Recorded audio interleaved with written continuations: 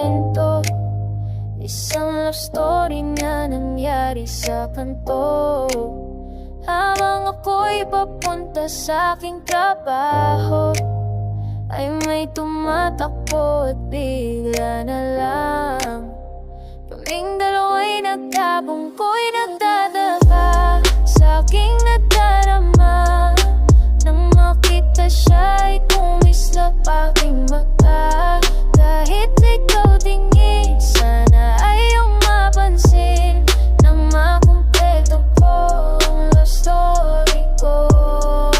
Nabigla ako, parang tumigil sa pag-ikot ang mundo. Nang mag-sorry siya at tinanong ako kung okay lang ako, ang nasagot ko lang, natabig niya ang puso ko'y nagdalangka sa aking nadarama.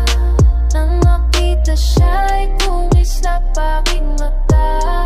Kahit ikaw tingin, sana ay iyong mapansin na makumpleto ko ang love story ko.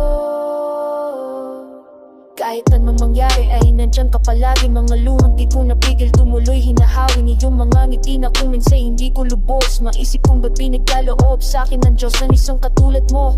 Ako may makasalanan ng aking gabay tungo sa di maputik na lansangan. Gusto ko man bumitaw pagkasi laging ikaw. At kung ako'y maligaw, ang laging natatanaw ay iyong mga mata, parang mga salamin ng buhay ng aking bukas at tuba sa inumin kapag ako'y uhaw.